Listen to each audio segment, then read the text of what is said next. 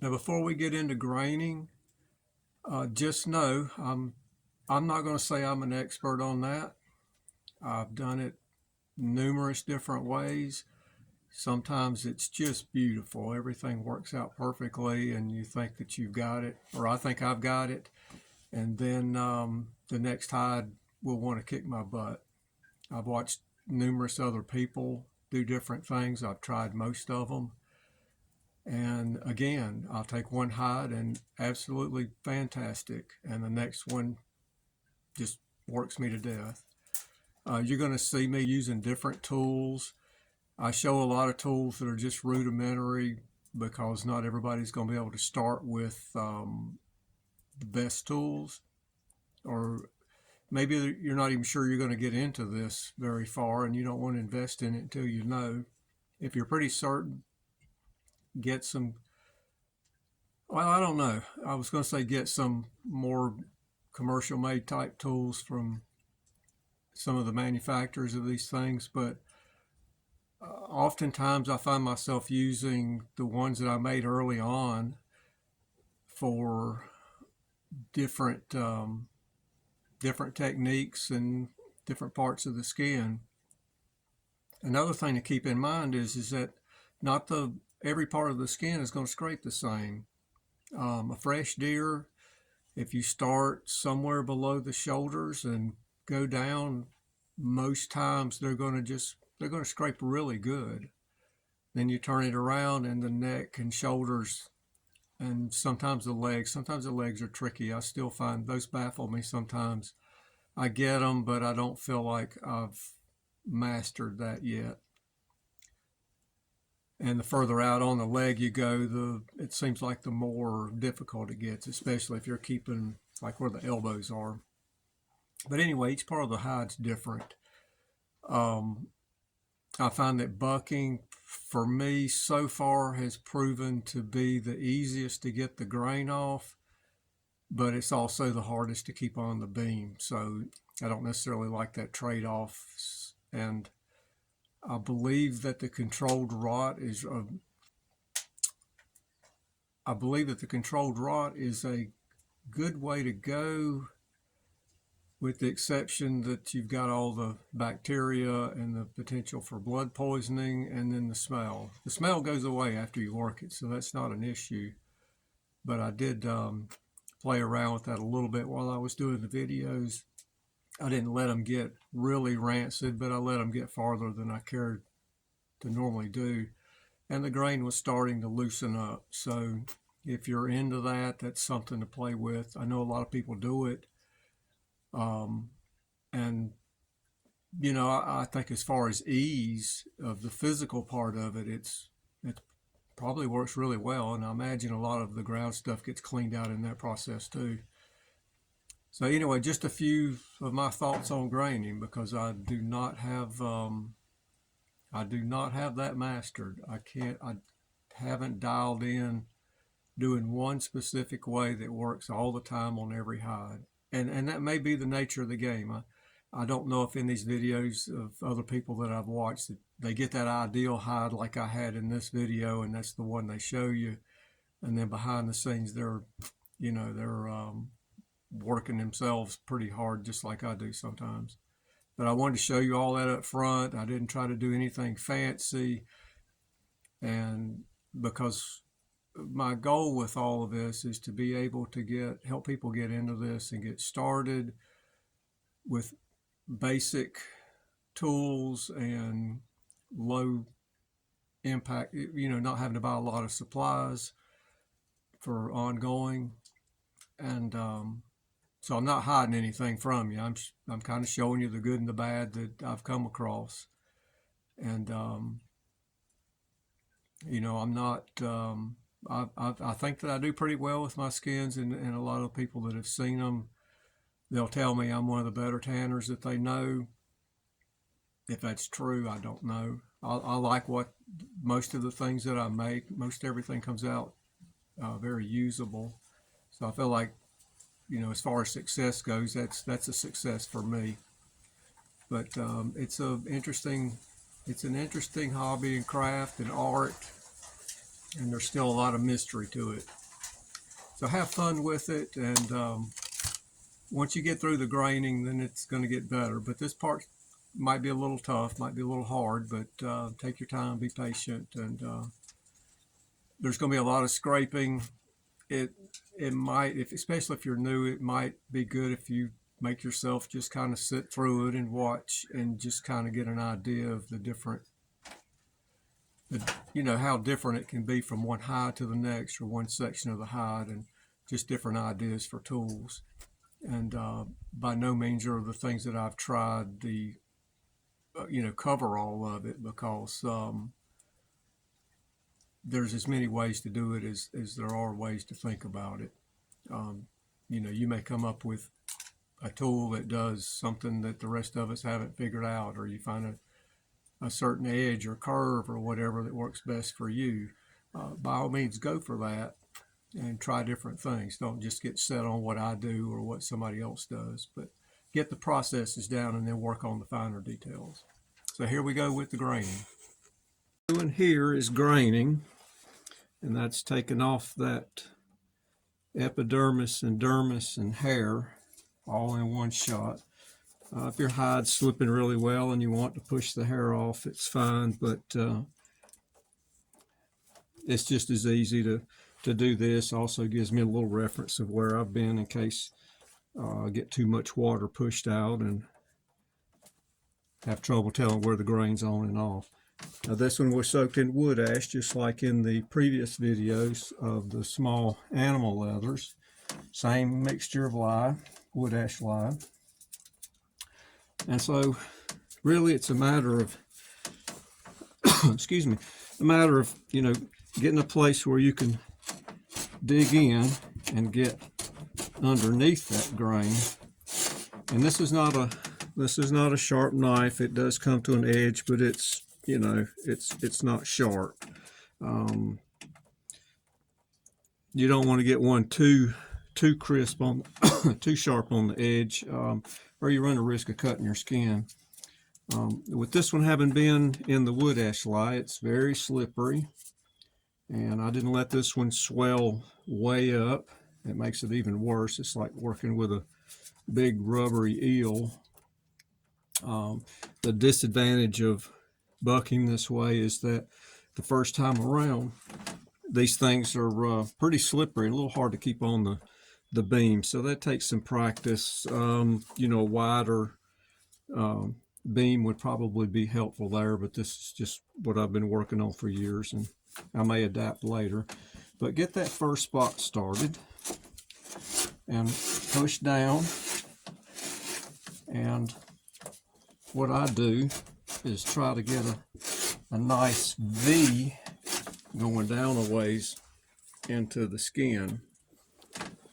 And then from there, I'm going to work side to side off of that V and overlap my scraping.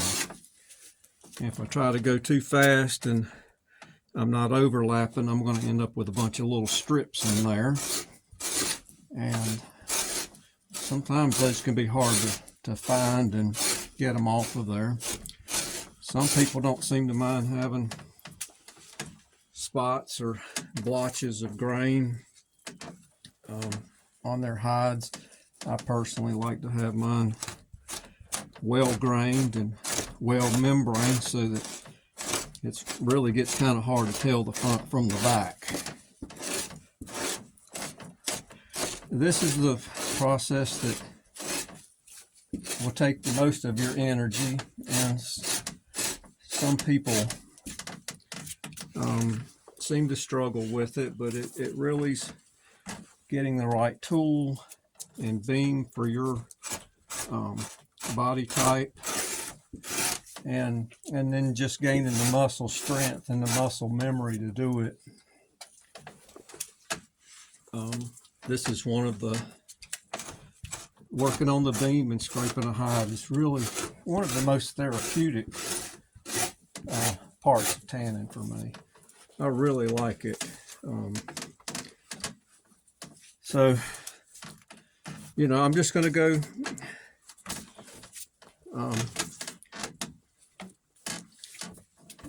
all the way down and as far side to side as I can go without it wanting to flip off. And then I'll have to start turning the hide in such a way so that I scrape the outer edges. And then I'll flip it and do the neck.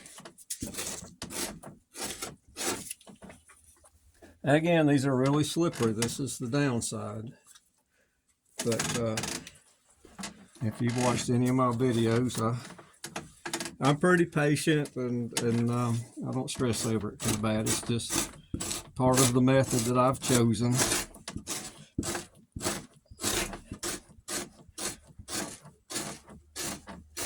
Another thing is that you really want to stay, once you get it going, get that strip going, you really don't want to slide over top of it.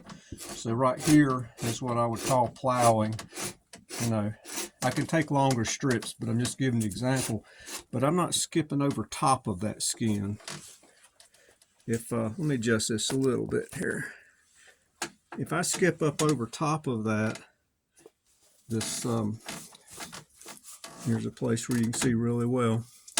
If I skip over top of this, I'm going to compress that moisture out of there, and it's going to look a lot like this over here that's actually done. It gets really hard to tell where you're at once that happens.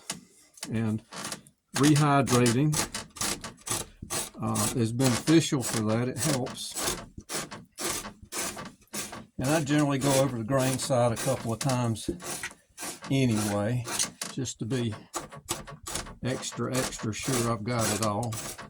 And it's also part of my neutralizing process, so it's not really extra work for me.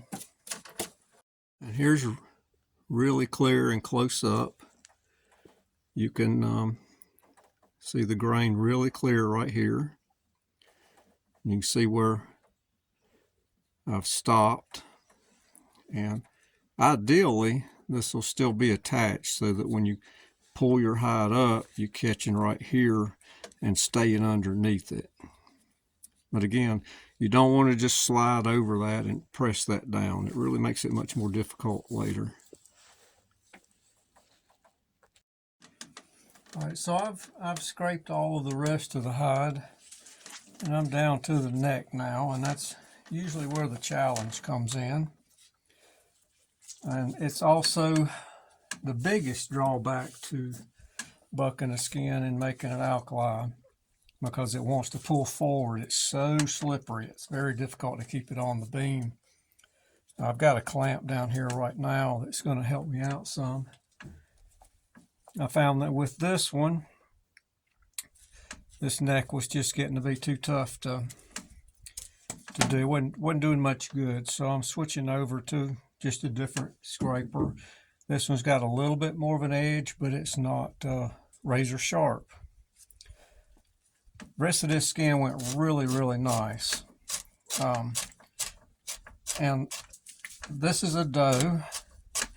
She was maybe a medium size. She wasn't huge, so I don't expect this neck to be as bad as many of them that I come up on. And that's proven to be true here. The necks take a bit more of a plowing motion. Like in the rest of the hide, I could take a bit, and if I stayed under it and pushed hard, I could just keep going for a distance. With the necks, though, oftentimes that's just not the case. So I'm working really hard to stay underneath that grain without slipping over it. So it's these short plowing motions. And again, trying to get a line or a V, keep working that V on down till I get to the end of it here. Again, this one's not too terrible. Now, I'm putting an awful lot of force down on it. Most people are concerned they're going to tear a skin. And if you're working on a neck or the back or the spine or the rumps, That's rarely ever, if ever, going to be a problem unless you have something too sharp or you're making this side-to-side motion. And I won't say I never use a side-to-side motion, but when I do, it's very light. I don't move it a lot, because if you make that slicing motion, even with something that's not razor sharp, you can put a hole in one.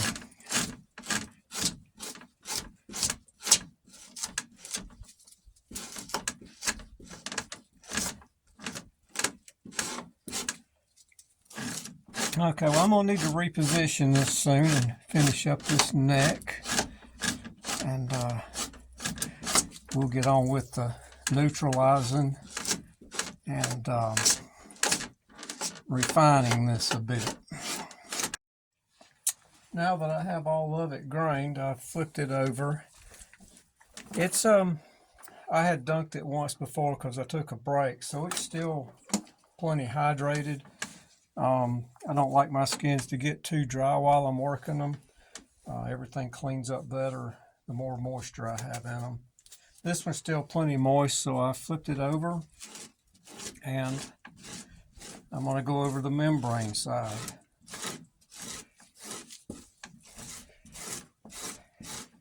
And in my case, once I get this far, I usually do the neck because the graining lasts on the neck. But from there on, I like to do the neck first. And then when I flip it over, I can just go down the whole skin. I don't know for what reason. I kind of, I'll go, if I do the body first, I end up forgetting the neck because sometimes it's just a little piece I had tucked between me and the beam, and I wander going off to the next stage, and there I have it. I've not cleaned that side up good. Plus, I'll show you some little trick that I do. It's not really a trick, just something that I discovered, and it makes it easier to keep up with where I'm at once the hide has started cleaning up. It's just a little bit harder to tell what's been done and what hasn't been. Now I'm going to do pretty good job on this, but I'm not, and I'm going to use the same overlapping strokes that I mentioned when graining, but I'm not going to be too worried about getting it all right now. That's going to come a little later. Now there's some people that just kind of rough over once on the flesh side, and the grain will be broken up plenty enough for it to get softened well. But I just like a really nice smooth suede or buckskin. I don't like those big heavy fluffy tags on the all throughout, and some people like that, and that's just fine. It's a little less work if you happen to like it that way. Now, one thing to notice, especially with these buck hides, you've got all this goo and slime and stuff coming out of it. A lot of that is lye, but it's also the all that ground stuff, mucus, other materials that are deep down in between all those fibers, and that needs to come out if you really truly want something soft. And I think that's overlooked sometimes, especially early on getting into tanning. It just makes it really hard to get something soft. Well, I'm going to flip this over. I'll give you a look at all this stuff that's come off. But I'm going to flip this over and show you a little further down the road. So you can see all the stuff that's coming off of the flesh side. So there's quite a bit of material on there. And while it looks like I've really got it clean here, there'll be more that comes out, and there's plenty more of the mucus or ground stuff still left in this hide. Plus I have to neutralize it, so all that'll kind of happen at the same time. Now I've got the membrane side of the neck done, and I've turned it around, scraped a little bit so far. Here's some nice little something I can show you. Saves me a lot of time and it helps me keep up with where I'm at. You do want to keep this stretched out because with it being a little bit rubbery, like right here, it can bunch up, and that's the place where you can cut a hole in it. So again, overlapping strokes, and this is all the effort I got to put into it all the way down. It's not this part's really easy. So once you've got it grained, everything from here, especially with veg tan, which is what we're going to do with this one, is super easy. With this PVC and it being round, and I don't have it fixed at the bottom, so I can just turn this thing, bring up my next section, and I don't have to keep repositioning my skin. I don't have to keep lifting it up off of there and handling it. And what's really cool about this is, since it started sticking now, once we're starting to get some of that alkali out, and we scraped it, it's a little bit drier, it clings on here really good. So what's cool is I can go all the way to the edge and get this cleaned up all the way over here. Then I just roll it back. I started in the center here. Roll it back over to this edge.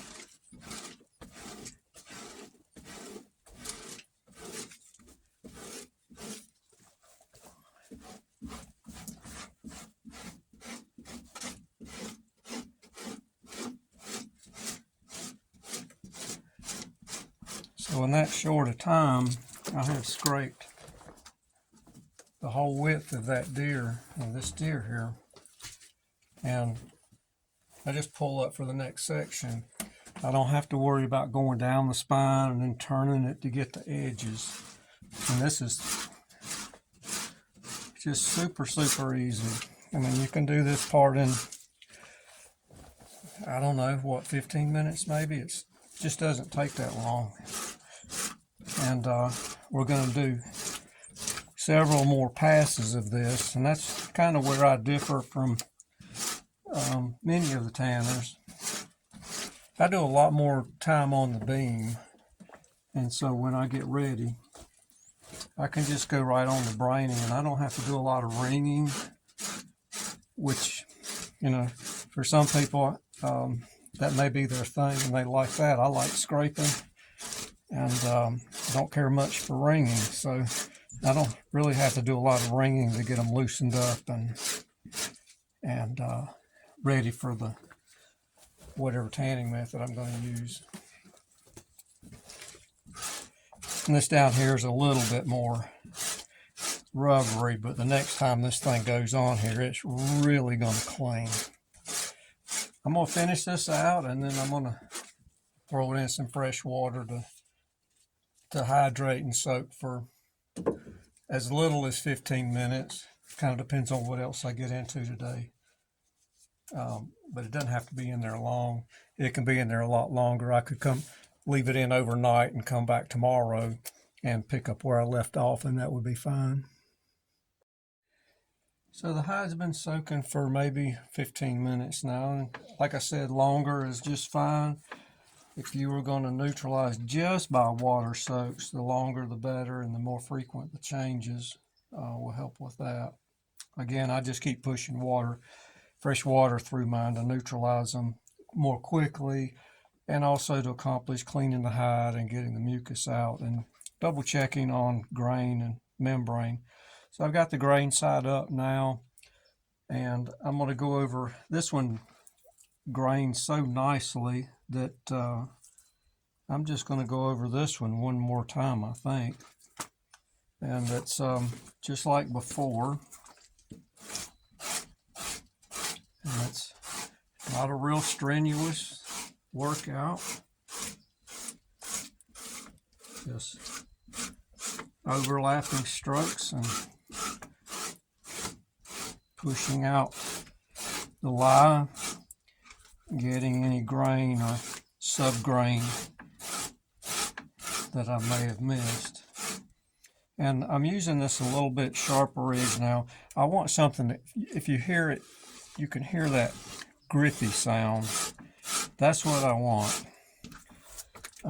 That's going to help stretch the hide out and open it up. And I know I'm getting good contact and pressure with that sound. And I'm not really seeing hardly anything in the way of grain. The place I'm most likely to see that will be probably around the belly and everything. Those areas, at least for me, the belly and the legs being so thin, it's a little hard to get all the grain in the first pass. They want to stretch, and sometimes they'll tear, and it's real easy to put a hole in them. I've gotten less picky about how long I leave the legs now. When I first started, I was looking for every little tiny square inch, and some of it's I found is really not worth all the time and effort. But I still want to leave a good portion of the legs when I can.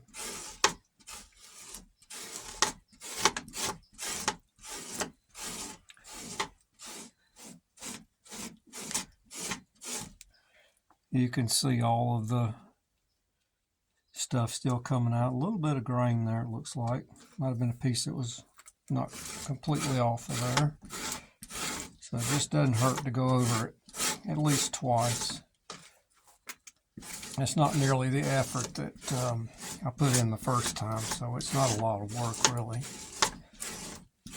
I am putting a fair amount of downward pressure though, because I really want to push everything out of it. Well, I'll flip it over, do the rest of it.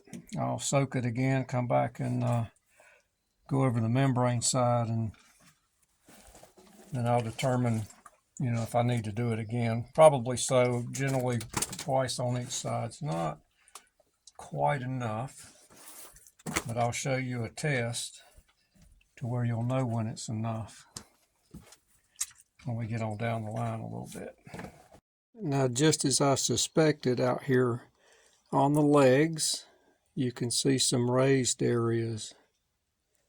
Those are little patches of grain that I've missed in the first pass.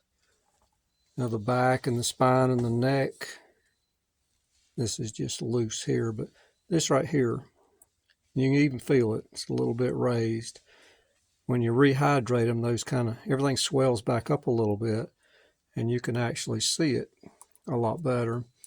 And another reason why I like to make at least 2 passes over the grain. And this won't prevent a hide from getting soft. It's just going to have a different color and a little different texture in those spots. It won't blend in with the rest of the skin. This is after scraping the membrane side 3 times and the grain side twice. And I'm just going to start helping this out a bit. I want to go ahead and get the alkali out. So while it's in here, I'm going to stretch it, manipulate it. And it's pretty clean right now, but it still has some stuff in there I don't want. So I've got 2 choices. One is to just keep bringing it in and out of the water and scraping it, or I can manipulate it like this in larger quantities of water. This 5-gallon bucket's just barely cutting it, but it's what I use. It's easy, but you can see it's starting to stretch. It's becoming the way I want it. When it's ready, you'll get like a grippy feeling to it. So that real thin part's pretty clean, and this over here is just, it's more slick still. So there's alkali in there. But this will help me speed it up to where I don't have to soak it as long. I can do this in smaller, quicker changes of water. But, a large quantity of water overnight would be probably ideal. A lot of what you're seeing me do in these videos is a lot of it's just sensory. You start to feel things and recognize. That's one of the reasons I go slow. I've learned a lot by that and not have it just be mechanical. Do this X number of times, and I know when a hide's ready because I'm spending time with it and I'm paying attention to the changes in it. So I'm gonna let this sit a little bit more, probably change the water at a time or two, and then I may squeegee, well, not squeegee, but I may scud it out one more time, and then I'll go ahead and go in the tannins with it. Before I go and squeegee this out the final time, here's what I want you to see, and that's these bubbles coming out. Now this one's not bubbling ideally for buckskin, okay? So for buckskin, I would keep at this until I got like a lot of bubbles real easy. But I'm getting enough of them for this. I think for like for the veg tan, because those tannins are going to draw the rest of this stuff out, and the pH in the tannins is a lot lower, so I'm going to get the finish neutralizing in that part of the process. Just wanted to show you that. Now when we come out of the tannins, I'll show you again and you'll see how clean that hide is. But we're parting ways from buckskin right here. I want a lot of bubbles before I go to dressing my hide, and I want to be sure it's neutralized. Now, another sign that this is getting where I want it, I don't know if you could tell very much from when I started on this, but it was much smaller and shorter than this, and you can see it's nice and stretched out now, even more so after I scrape it one time or scud out the liquids one more time. So another clue that you're on the right track. This little bitty hide is, after doing this last scraping, has really loosened up. It's got long, and you see all that mess down in my half of a drum there. I'm having to tie it in knots now to keep it from draping down in that. I want to keep it as clean as I can at this stage. So you just wrap it around, run it through itself a few times, and that works great. It's just another little thing that you may not have seen somewhere.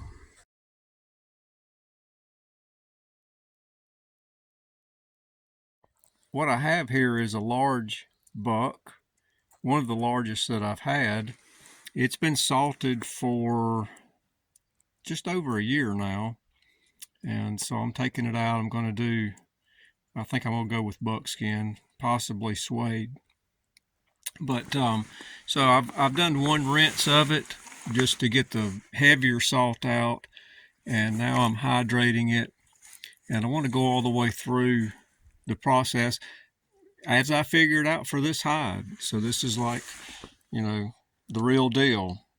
I'm just dealing with a hide. I don't know what I'm going to run into, and I'm not 100% sure how I'll treat it for graining. So let's see what happens. This is after soaking for 30, 45 minutes maybe. And the grain is coming off. It's not terribly difficult. Could be slightly easier, but not bad. I think I'm going to continue with this for as long as it's at least this easy, and then switch over to something else as it gets tougher. Just kind of doing a little bit of experimenting here with not so much speeding things up, but exerting less energy. So trying to just work on a method that I can exert less energy, although it may happen over a longer period of time. Because I always have projects I can work on, so I don't have to rush through them. If I only had one hide, I would likely approach things differently, because I'd be able to focus just more on that one hide and get that job done. Well, this is coming off very nicely, and with this knife here with the curve that somewhat matches my beam. My beam's a little bit small, like I was telling you before. It's a 4-inch, a 6 or 8. In a lot of cases would be better, would be more efficient. But this is taken off plenty good enough strips for me,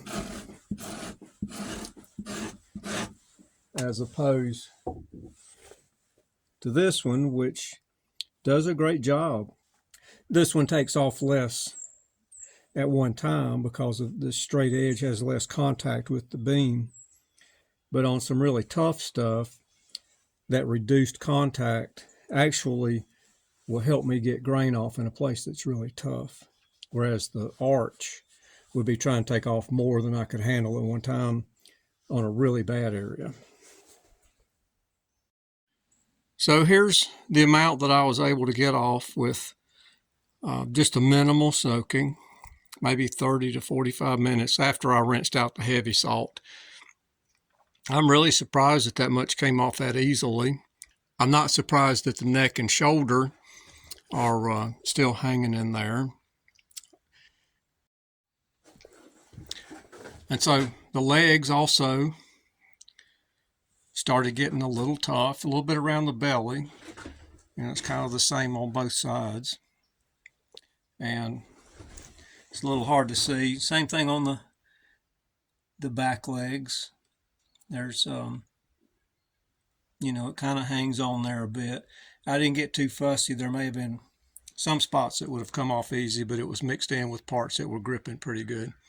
So I'm going to go back in the water with this for a little bit. I think I'll go and scrape the membrane side where the hair is and try to stretch that out and allow water to get in a little better. Unfortunately, I missed a little footage, but this is after this big old buck's been soaking for an hour or so, less than 2 hours for sure. And you can see right here how much more is coming off easily. Now, I scraped up the neck a pretty good little ways, or at least the spine leading up to the neck, and it was not too bad. Made a lot of progress for just waiting an hour or so soaking in water. So this hide's going to be all about economy of energy and not economy of time. Let me see if I can get back over to this neck in a spot here that I haven't done, maybe on this other side, see how well it scrapes.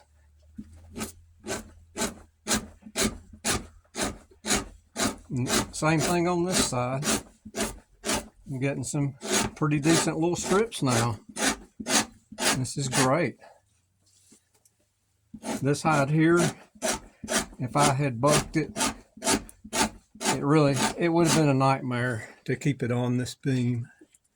It's so big, and it was extremely heavy wet after I rinsed the salt.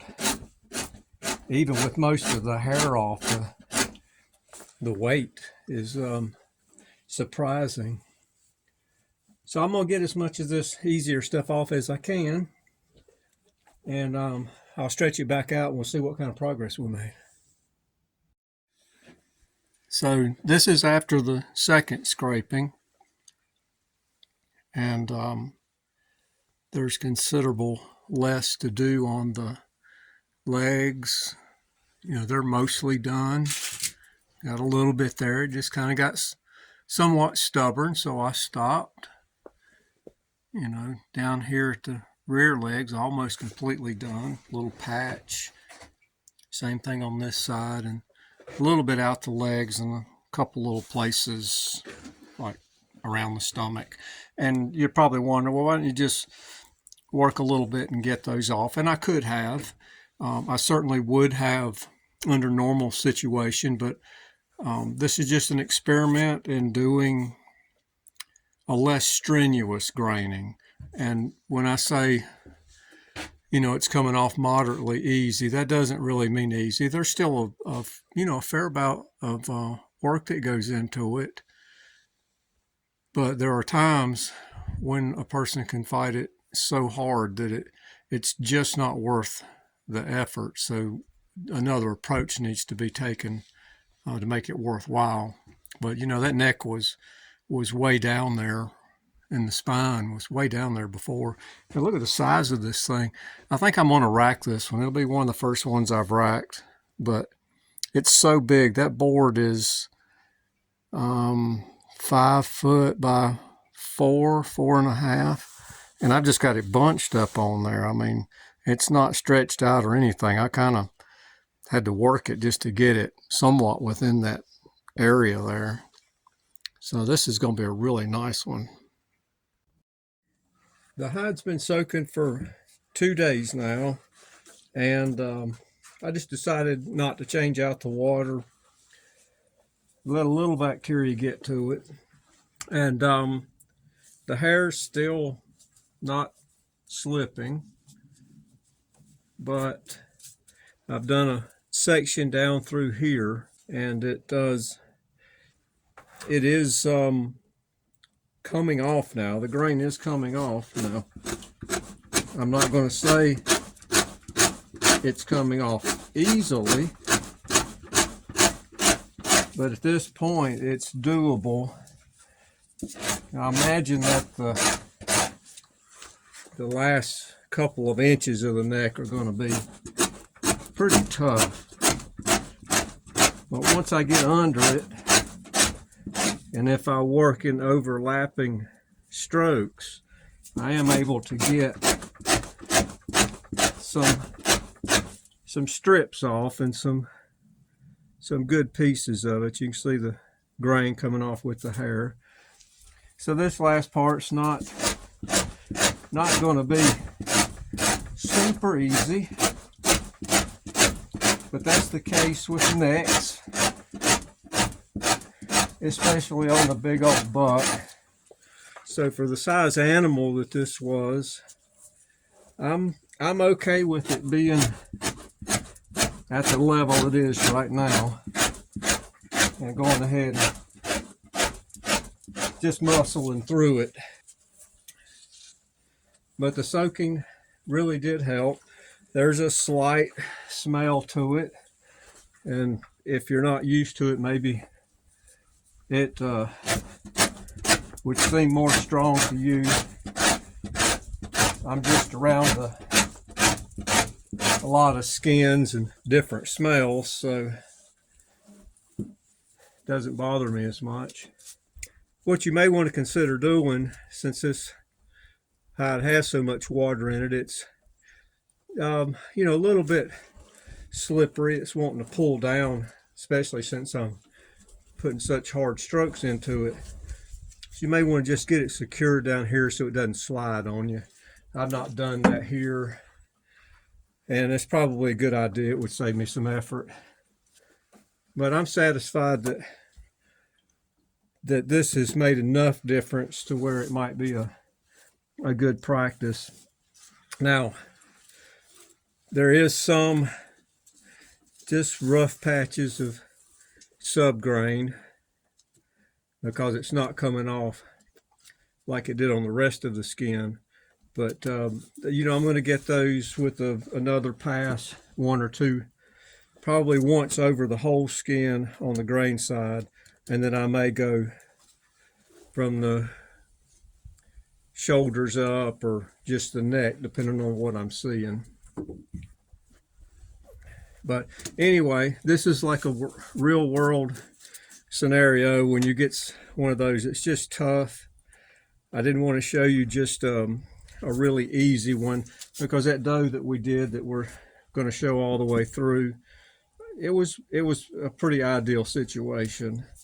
And what happens is you see a video like that, and then the hide that you get is a bigger animal or a tougher animal, and you wonder what you're doing wrong, and the answer is nothing. It's just, get a little more of something you can get more of your shoulder strength in. This bigger tool is helpful for that, even though I may use a smaller one on the neck to kind of tease that grain loose. But you just have to keep working by, with your different tools, and